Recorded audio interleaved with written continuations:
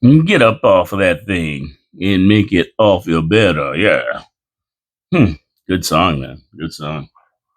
Real good old funkadelics. My name is Pauladelic.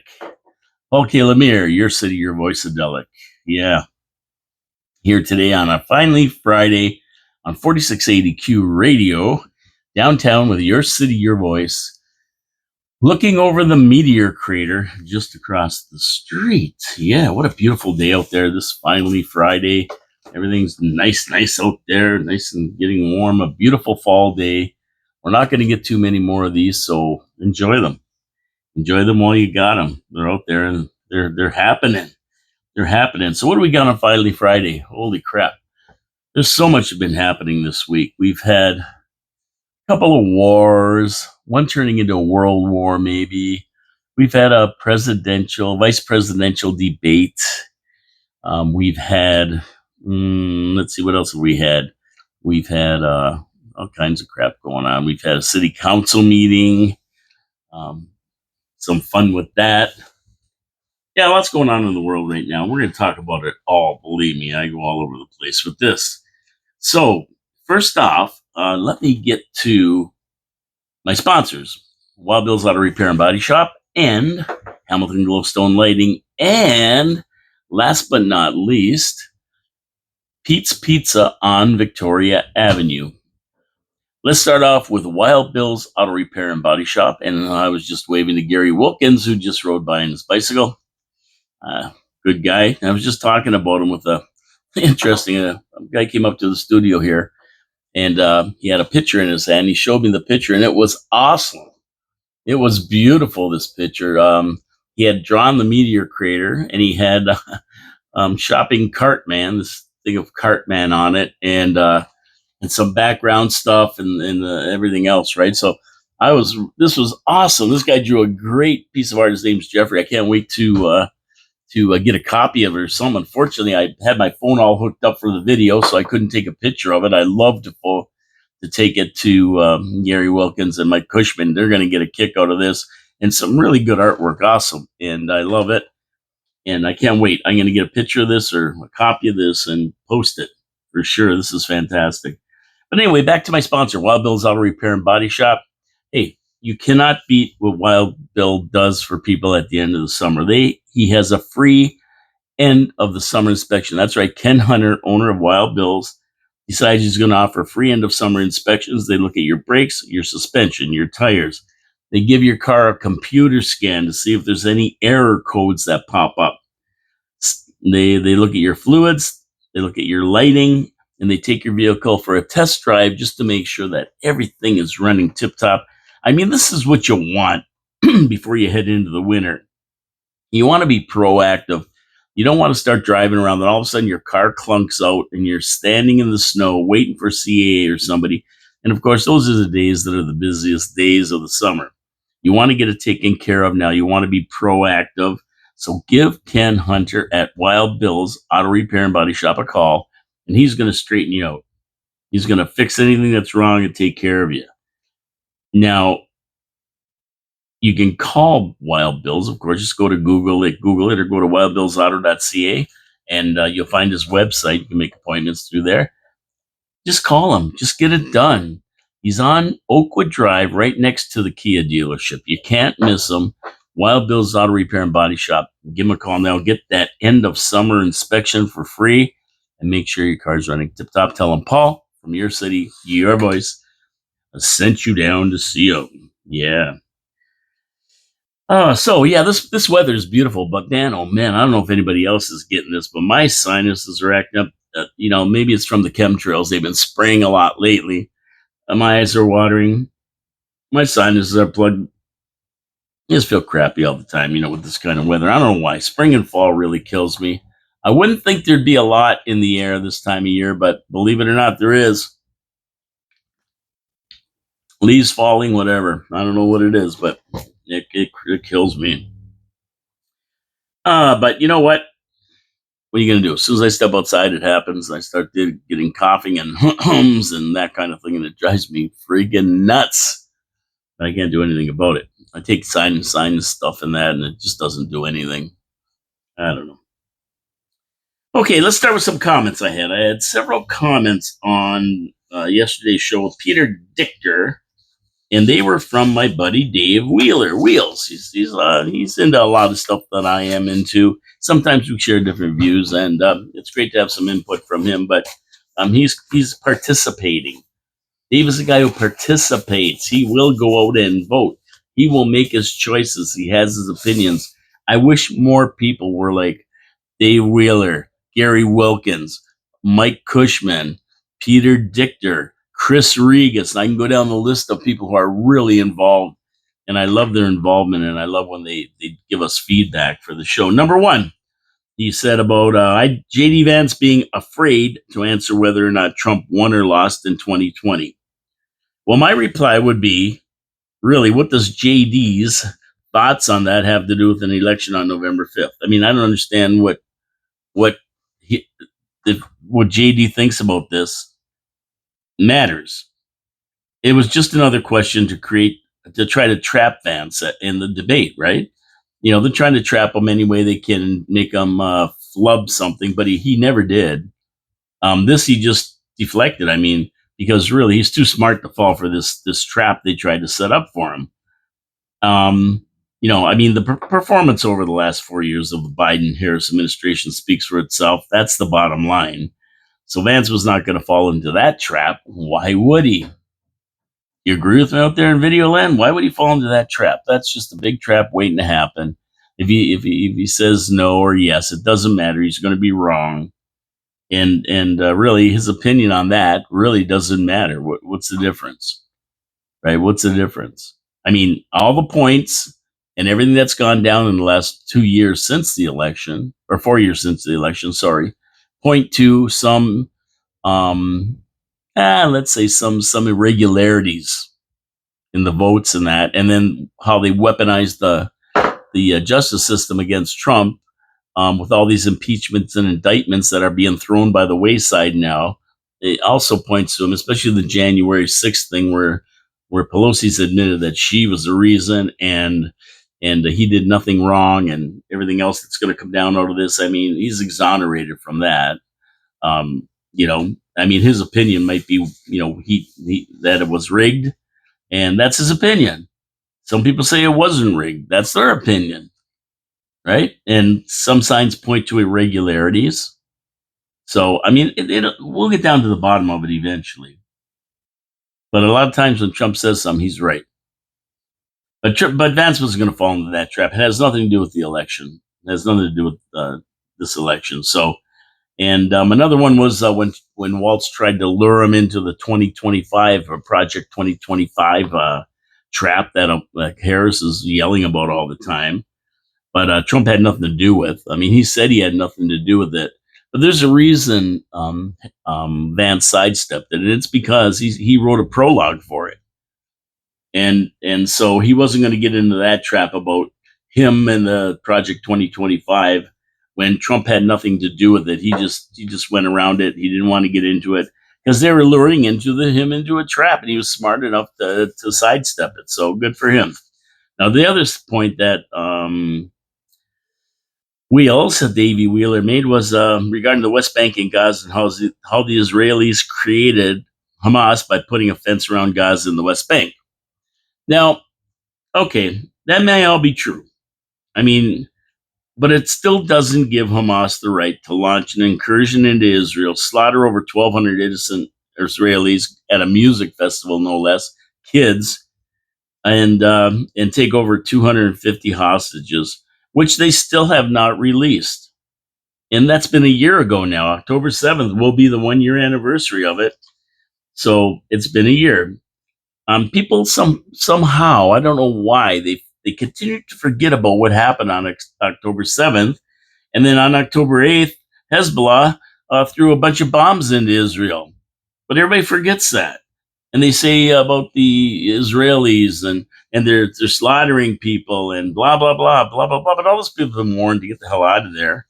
I mean, move, go south, go south. And all these Palestinians who everybody's protesting around here and it's crying tears for, none of their Arab country brothers will accept them. Egypt won't take them in. No Arab country will take them in because they know they're Hamas, they're terrorists, and they're going to cause trouble.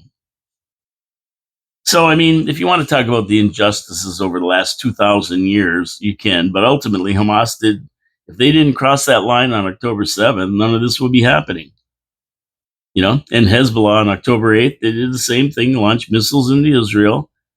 Bad move. Now they're paying. As far as the protesters on the streets in North America, and we're probably going to see them really, really swell up by October 7th, the anniversary of the war here. They're protesting the wrong people, and that's my opinion. First of all, they should be in Gaza protesting Hamas.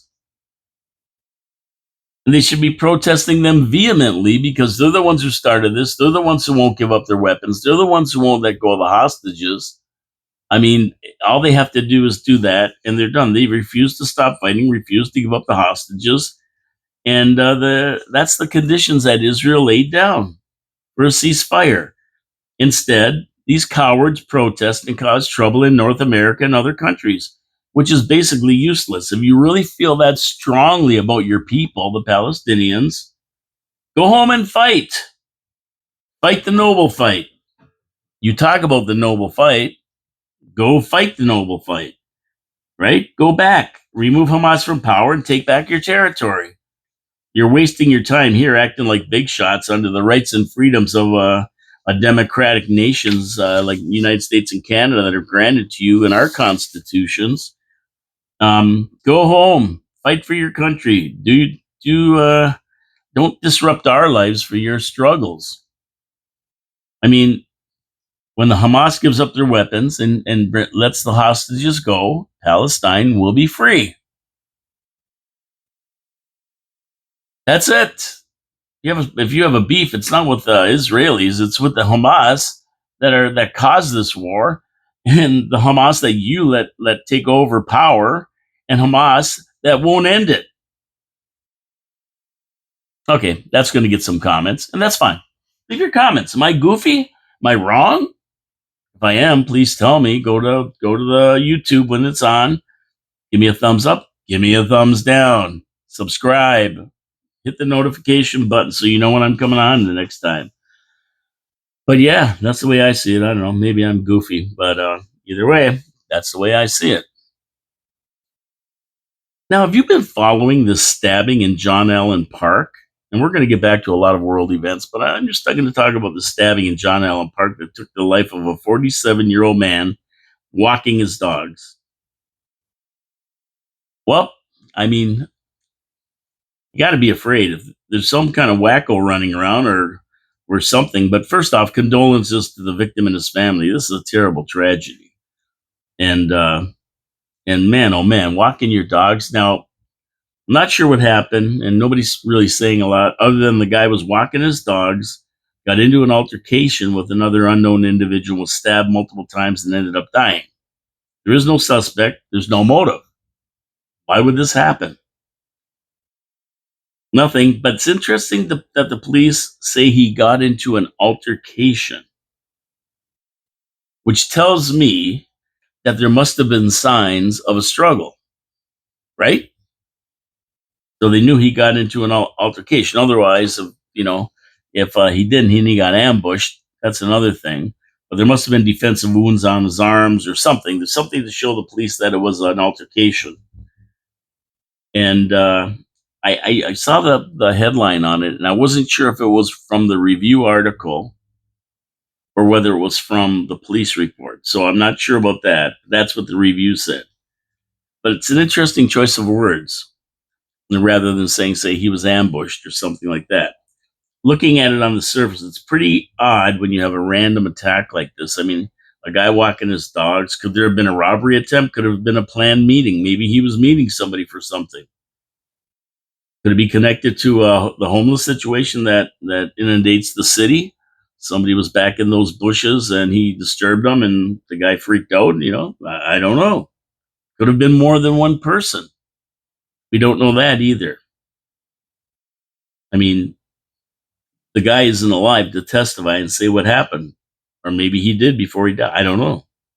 Everything is just speculation, but you have to think that there's more to this story than just a man walking his dogs getting stabbed for no reason. I mean, if that's the way it happened, and it's possible, we have a problem on our hands. And whoever's wandering around the city, could be ready to strike again. We don't know. And that was in broad daylight, 3 in the afternoon or something. So you know what, everybody out there, be aware, be vigilant, report suspicious activity, and be safe out there. Personally, I would stay off city trails and parks. I ain't going on those by yourself unless you have somebody with you. Make sure you have somebody with you if you're going on these trails and that. You don't know what's lurking down them. I mean, we all want to think that everything's good, that there aren't people like this in the world, but there are. I see them walking around every day in this city. Be careful out there, everybody. A partner is usually somebody, somebody with you usually deters this kind of thing. It's 2-on-1. And usually a guy with dogs, usually somebody walking with dogs. People don't mess with people with dogs usually because now I don't know what kind of dogs the guy had, but as a rule, if you have a couple dogs with you, people don't usually mess with you because the dogs could bite the guy or do whatever. They stay away from that.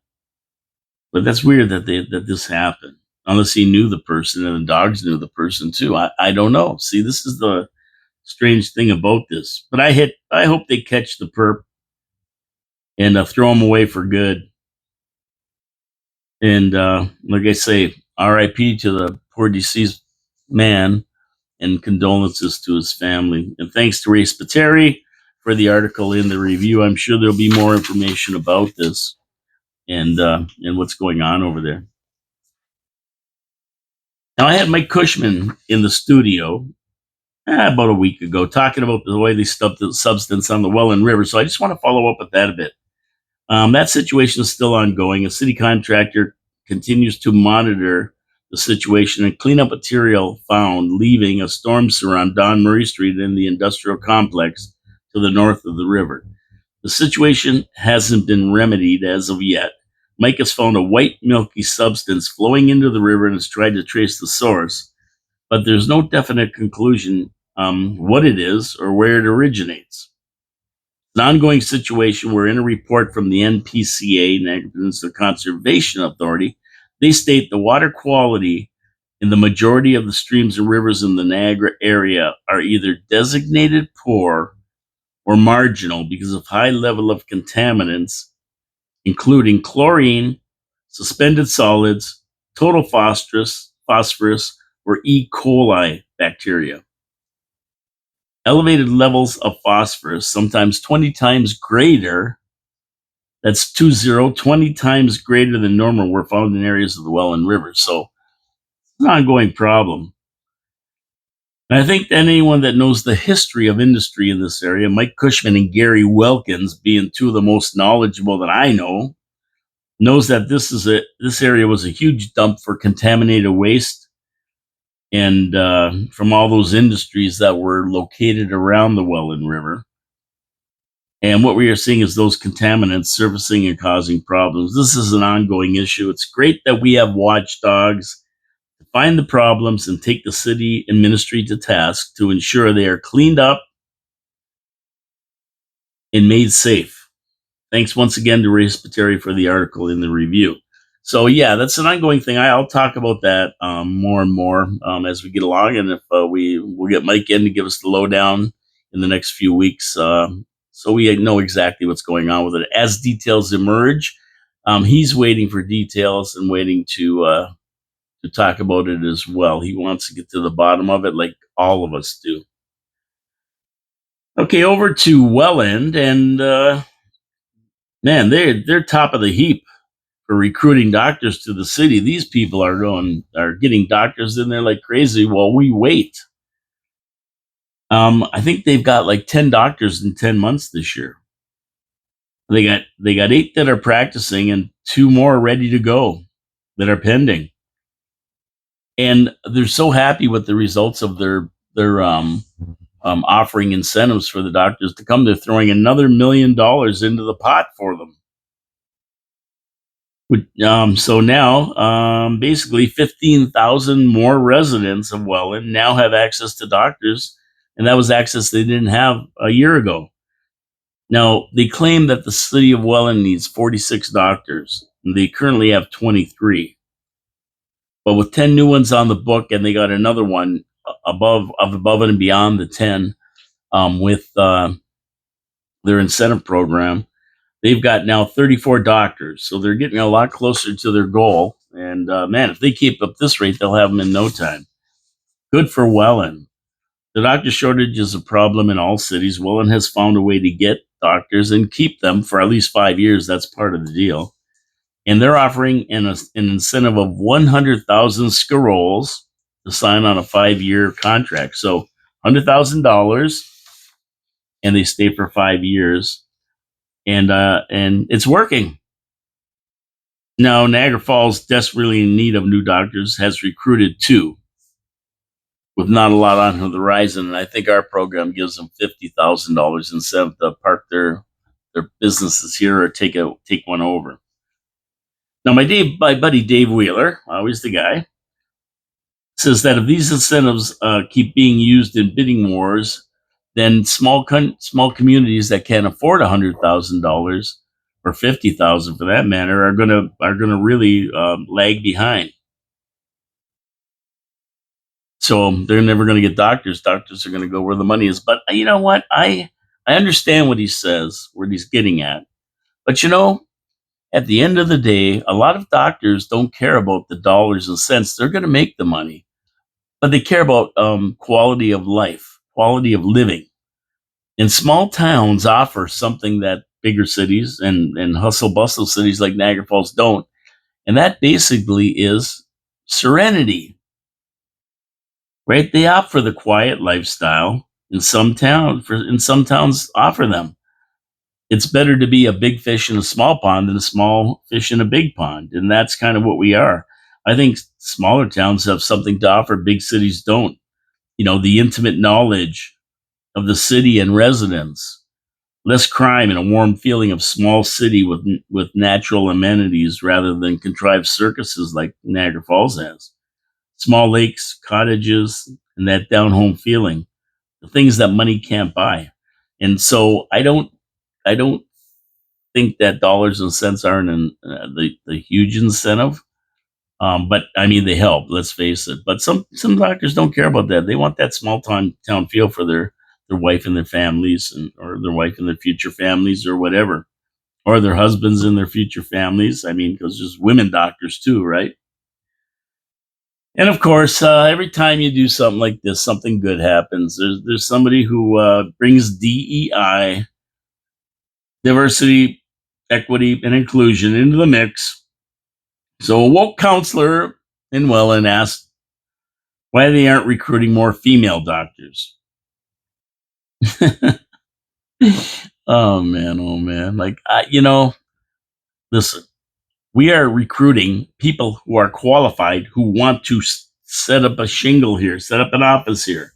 Female, male, it doesn't matter. Um, Indian, British, it doesn't matter. Pakistani, it doesn't matter where they're from. If they're doctors, they qualify, and they're willing to come to the city to set up. It doesn't matter. It's about if they have the qualifications to do it. I mean, it never ends. Like the guy said, they don't recruit male or female doctors. They hire by who is qualified and wants to work in the program, not by gender. I don't know. Does she really think they're going to turn anyone away if they're qualified as a doctor and they want to come to the city to practice? I don't think they are. I don't think they're looking at, oh, we can't take that person because he's a male and we need more females. Come on, come on, stop it! Everybody, stop this nonsense. Get qualified people who can do the job and want to be there. That's it. People are wacky. Congrats to Welland. Way to go, Welland. You got 10 more doctors. You're going to get 10 more next year, maybe more than even this year. You still got 2 months. And you put another mill into it. Man, how come that question wasn't on? Would you rather put 100,000 or $1 million into getting more doctors? Because people are desperate in Niagara Falls for doctors. Or would you rather have $75,000 of art at the skateboard park or the new pickleboard? Nobody asked that question. I never heard it. Okay, over to my second sponsor, Hamilton Glowstone Lighting. Now, Hamilton Glowstone Lighting, they are the leaders in outdoor permanent lighting. That's right. When you see these houses lit up beautifully, it's Hamilton Glowstone Lighting that install those outdoor track lighting units. And I say units because they're built in zones around your house, right? I'm doing the house thing here. See, like that, like that. And what they do is they set up different zones so you can have different colors. So, for Christmas, you might want red and green. So you have one zone red. Oh, excuse me, one zone green, the stuff in the air. And say on Halloween, you wanted orange. Well, yeah, you do it orange. If you wanted, let's see, green on St. Patrick's Day, you turn your whole house green. They're beautiful. They light up your walkways. They make it safe. They add value to your house. They're LED lights. So very, very, very inexpensive on power. They hardly turn your meter, these things, if you leave them on all day and all night. And also, they give you a lifetime warranty on them. And you know why? Because every single track light is joined to the next and soldered and sealed against dust and moisture. You know these cords running all over your house that look ugly? No falling off ladders anymore. They're there permanently and you use them as you need them. It's a beautiful thing. So how do you get these beautiful lights? Well, you call in Buckboro. He's the owner, and he's at 289-969-1797. And you give him a call. He's going to come and give you a free estimate. And if it's a little bit more expensive than you thought you wanted to spend, well, pay part of it, and he has approved financing available for you for the rest, and you pay a small monthly fee, and you get what you want. And that's it. You want to see some of his work? Go to glowstonelighting.com. Just like it sounds, glowstonelighting.com. You see a gallery of his work, or then you can call him after you see what he does at 289-969-1797. Call him, Buckboro. Call him today because you know what? This time of year, he gets really busy. People want to get this before the snow flies and they have to start climbing ladders. So he gets busy now. So give him a call, book your appointment, get him over there. He'll tell you what you need and how much it costs for free. And away you go. Okay, an interesting headline that says a lot about Canadians. Canadians 3 times more positive about Kamala Harris than Donald Trump. That's what the survey says. I mean, seriously, was this ever in doubt? Just go on Facebook, you'll find that out. The article says that if Canada was the 51st state, they would not even campaign here, the candidates, because it would be a landslide for Democrats, Kamala. And that makes me laugh, right? And I guess hence, that's why we have Commie Castro at the helm destroying Canada for the last 10 years. I mean, I don't think this really surprises anybody if they just look around. Canada feels positive about a person that has ruined the country over the last 4 years with open borders, allowing 2 wars to happen, dividing the economy, dividing the people, screwing up the economy, I should say, raising prices across the board by at least 40%, and watching crime rates soar. This is so Canadian. Isn't this what we're doing right now? We're facing with Trudeau. And they love to have an unqualified person running the country, like a part-time snowboard instructor or a part-time drama student or teacher. They'd rather have that Canadians than a proven somebody with a proven track record. Let me clue all Canadians in. We already have that. We don't need another Trudeau, and neither does the USA. Interestingly enough, 77% of Quebecers like Harris, since she grew up in Montreal and graduated from Montreal's Westmount High School in 1981. Now, Westmount is an exclusive area in Montreal, probably one of the most expensive in Canada, but she calls that a middle class neighborhood. Wow, my neighborhood's a middle class neighborhood. Not Calogero Estates. Oh, she went to the United States for her education, for university education. She never mentioned this on the campaign trail, which makes sense. She was hardly middle class. Another lie, of course, of course. And of course, the left wing media in Canada, they're bought and paid for by Trudeau's liberals. Though thought Kamala had a strong showing against Trump in the debate. Now they got to be kidding, right? She's a train wreck, a disaster.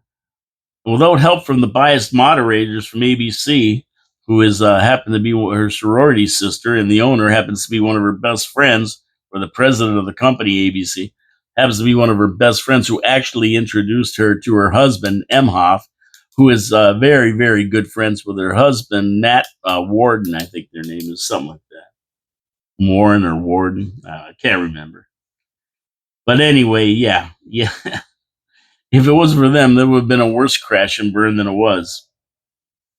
It's unbelievable they would think she had a good showing, but it does not surprise me.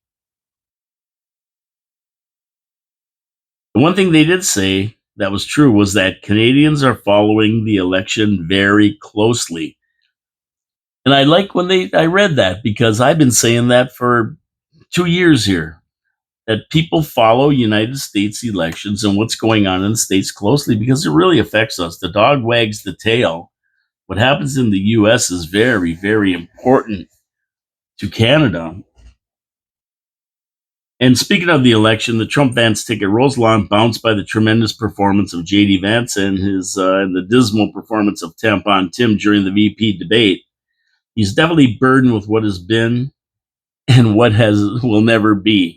Poor Tampon Tim. He bombed out completely. I think Waltz's big problem is that the party is trying to hide him and Kamala from the press.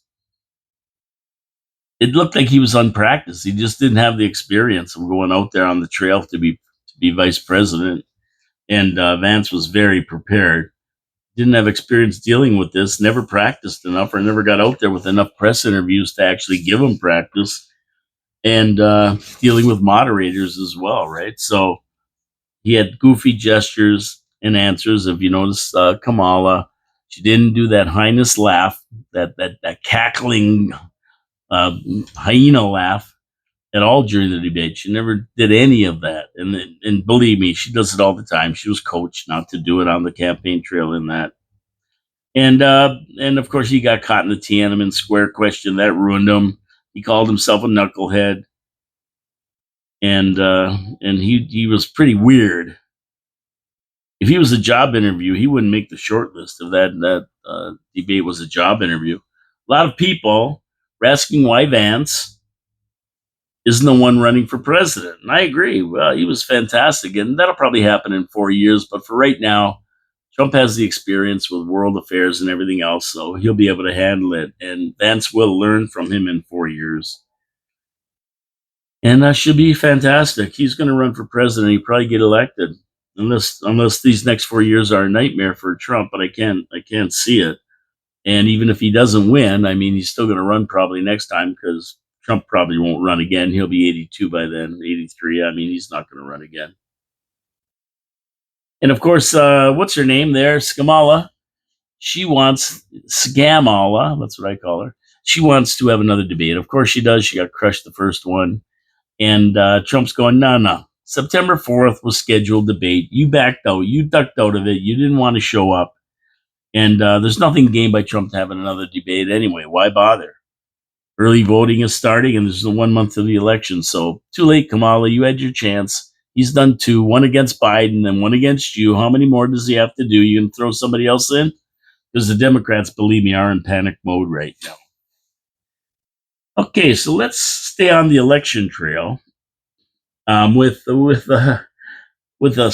this New Jersey washed up rocker Bruce Springsteen, or is that Springsteen? He's just joined the Mental Kamala Crusaders in a shocker. Was anybody surprised that Bruce Springsteen is backing Kamala? Everybody's talking about like, oh, this is a big deal. This is a big deal. No, it's not a big deal. Everybody knew this guy's whacked. He says Trump is the most dangerous candidate for president in his lifetime. Seriously? Bruce, let me ask you, was life that bad when Trump was running the country, when he was president for 4 years, or did you forget that Trump was president for 4 years already? He goes on to say Kamala Harris and Tim Walz are committed. Yes, Bruce, I agree with you there. They both should be committed. And they're committed to a vision of this country that respects everybody. They've called Trump on every name in the book. I mean, they respect everybody. Yeah, okay, sure. And they respected everyone by letting 20 million illegal aliens in the U.S., causing havoc in cities all over the country. Not to mention increasing crime rates to the point that people don't feel safe on their streets anymore. That kind of respect, Bruce. Are you listening? I think you forgot Harris ran the country for the last 4 years with disastrous results. Oh, and he must have loved the thought of tampons in boys' washrooms at school. Oh, and Bruce doesn't stop there. No, he don't stop there. He says they're going to ruin the economy in a way that benefits all. Oh, sorry, not rule. Sorry, Freudian slip. Run the economy in a way that benefits all. But I was right when I said it the other way. Like causing inflation that increases the price of all goods and services by 40% across the board. And only rich a-holes like you can afford to live, Bruce. That economy that benefits everyone, yeah, it doesn't exist. It only exists for you, who made your money in America under guys like President Trump. And he doesn't even mention the billions Harris gave to illegals that drained FEMA to the point FEMA does not have the money to help the victims from Hurricane Helen last week. Harris says he's going to give them $750 each. 2 weeks ago, they gave the Ukrainians $9 billion, and $750 is the best they can do to help tax-paying Americans in distress. It's crime. It's criminal. This is the vision of America Bruce claims he's been writing about for 55 years. Okay, Bruce, enough is enough. You're a mental case.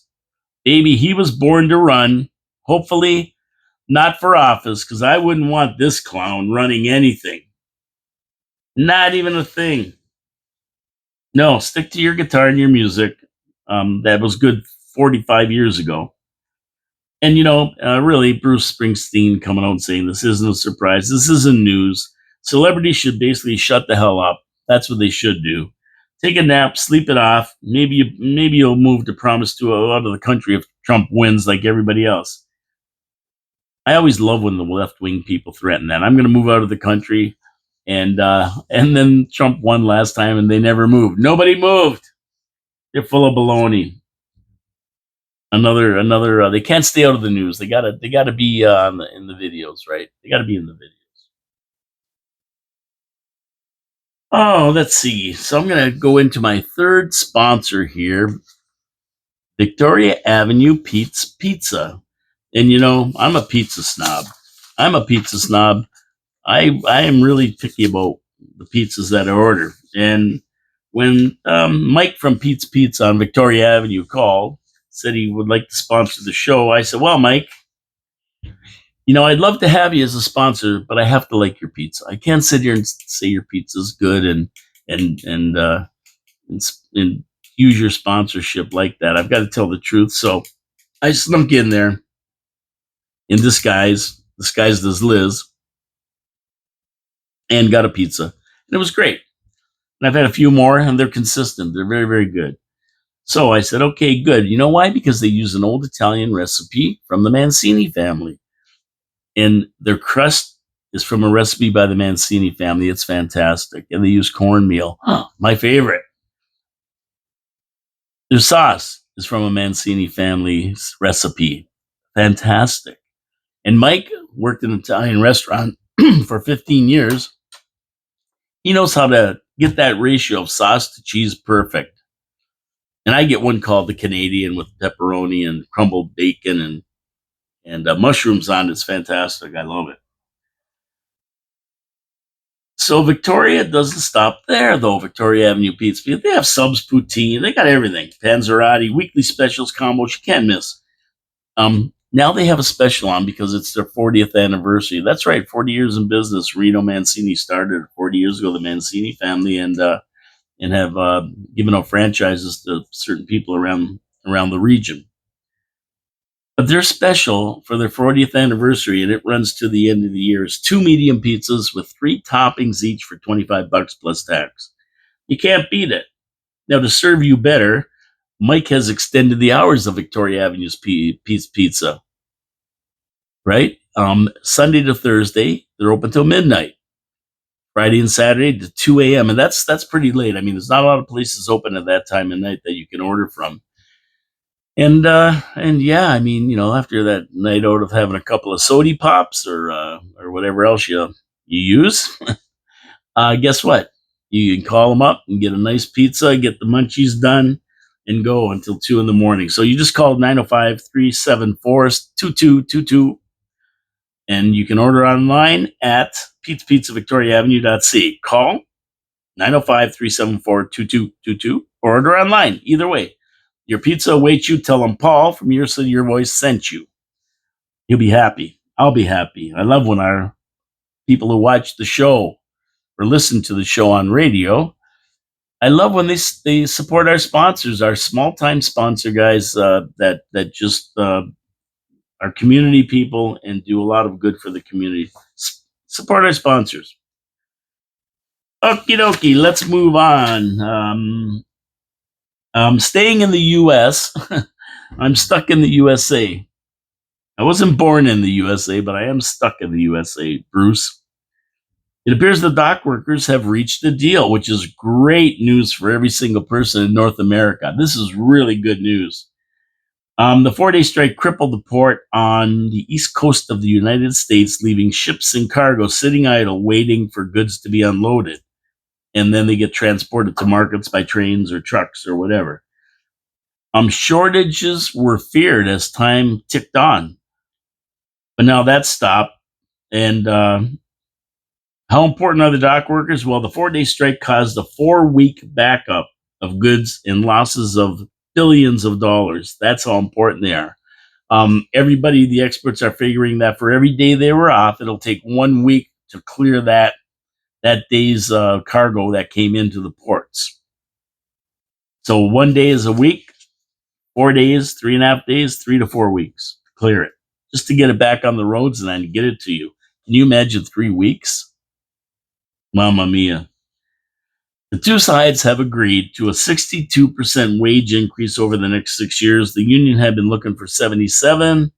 The parties have also agreed to extending the existing contract to January 15th, 2025, and they are going to return to the bargaining table between now and January 15th to hammer out other items of contention for the final contract. One of them is automation, where cargo holds come in and they're automatically scanned and that kind of thing, instead of having people standing there and doing them by hand and that, which means they'll lose members. So they're doing it. They're going to do it. They're going to argue about that one, about automation and how they're going to phase it in, because it's coming whether they like it or not. But they phase it in through attrition or something like that, it might work for them. So that's a good thing. I'm so glad. And here's another thing that affects Canada, right? I mean, if these guys stayed on strike long enough, then we start seeing shortages of goods as well. I know 62% sounds like a lot, but these were the guys that stood and worked, unloaded cargo, got it moving through the United States during the pandemic. And we knew that what that was like when we went into stores and the shelves were bare and all that kind of stuff. So this is a big deal. I'm glad it's settled personally. I don't want to see shortages. And I'm sure the people who were in the hurricane are happy it was settled, because if anybody needs supplies and goods to move, it's them. I mean, they have nothing. Some of these towns in Western North Carolina and Tennessee were wiped right out. Everything was wiped right out.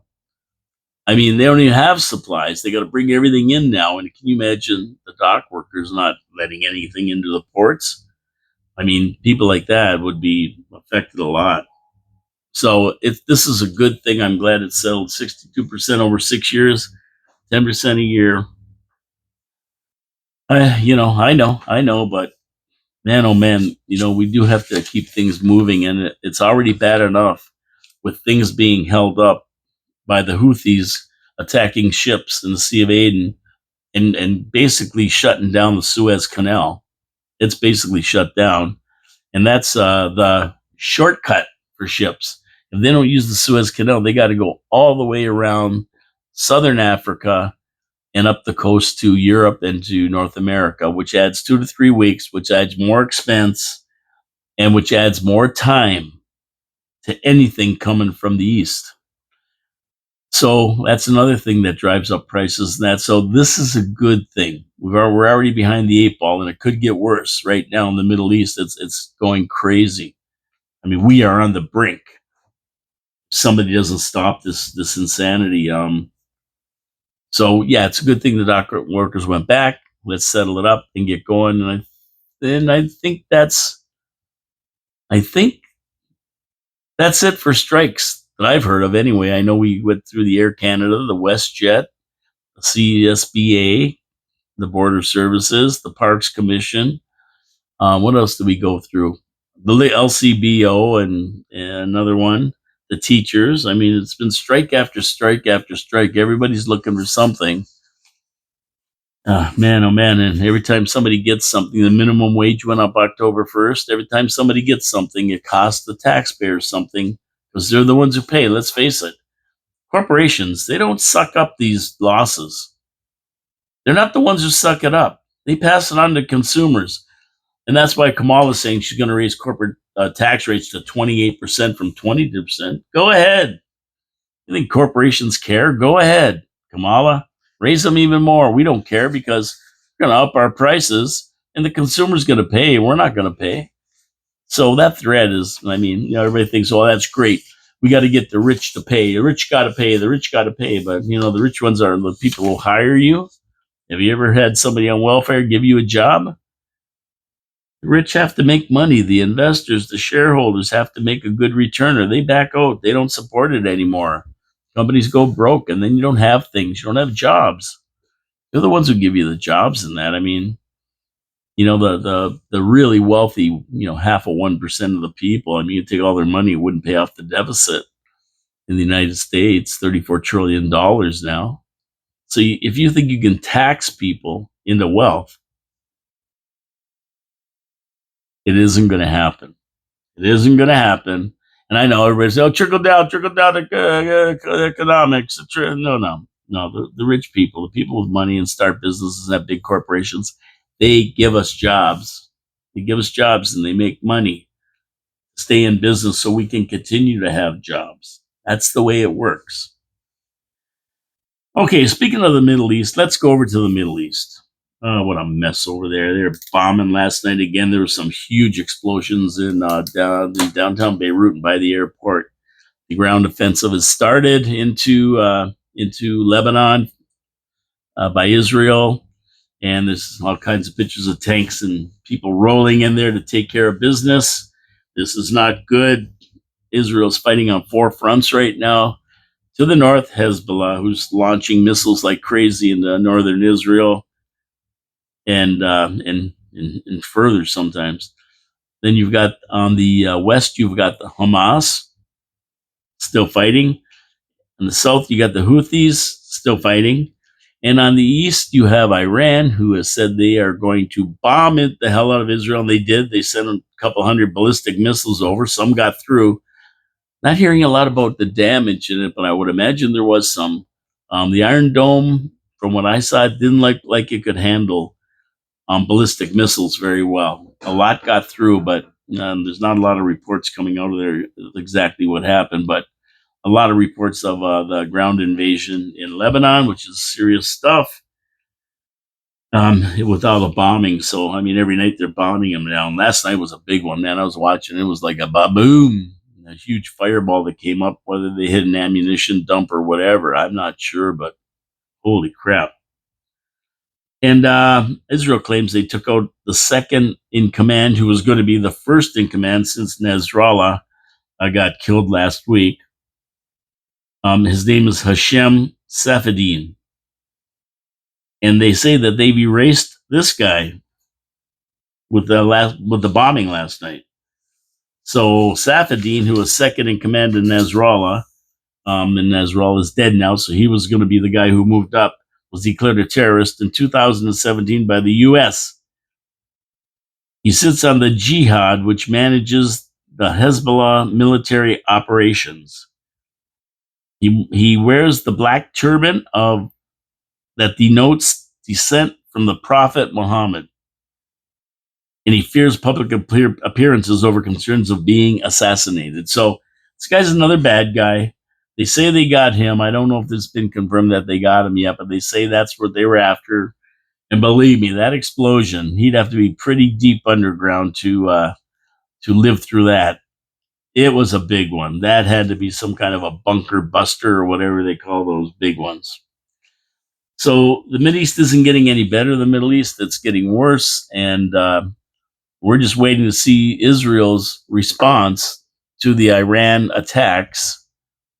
And, last time Iran threw 300 cruise missiles and drones at Israel.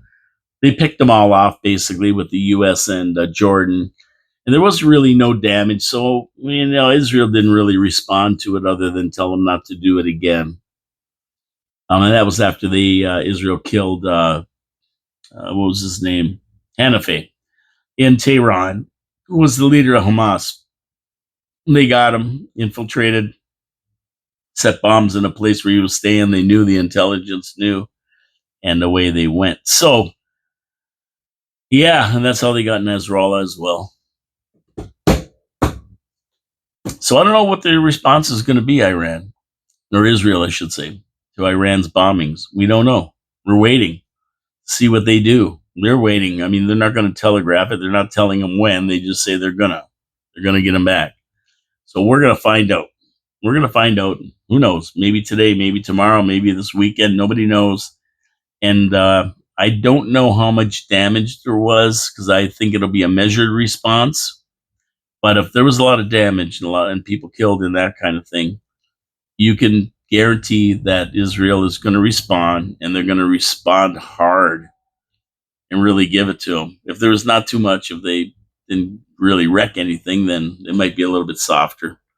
But either way, this has got to stop. Somebody has got to get in there and stop this. We need somebody with authority, who's not on the beach or don't know what to do, to go over there and stop this. Get it over with. Get it done.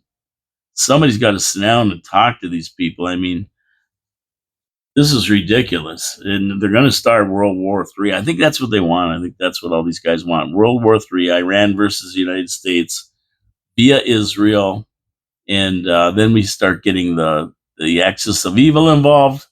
Iran, Russia, China, North Korea, these guys all going to get involved. And even over in Ukraine, I mean, Ukraine's lobbing missiles over there into thing. They got a nuclear reactor, I think. They said there's no leaks or anything, but it is down and out. And of course, they're blaming the United States because the Ukraine don't have these kind of armaments. It's the United States. They got to be programmed where to go, where to hit. And the Ukrainians don't have the ability to do that. It's all from the United States or Britain. Putin knows it. He knows who's behind it. And, you never know. You never know when the next one's going to hit. And they can reach North America.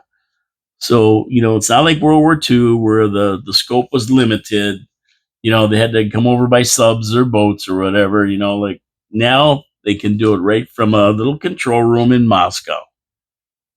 And there's nothing we can do about it. And, it's always the case where, the authorities have to get it right all the time. Every single time, 100% of the time, you've got to be right. They only have to be right once. If one missile gets through, big trouble, so anyway.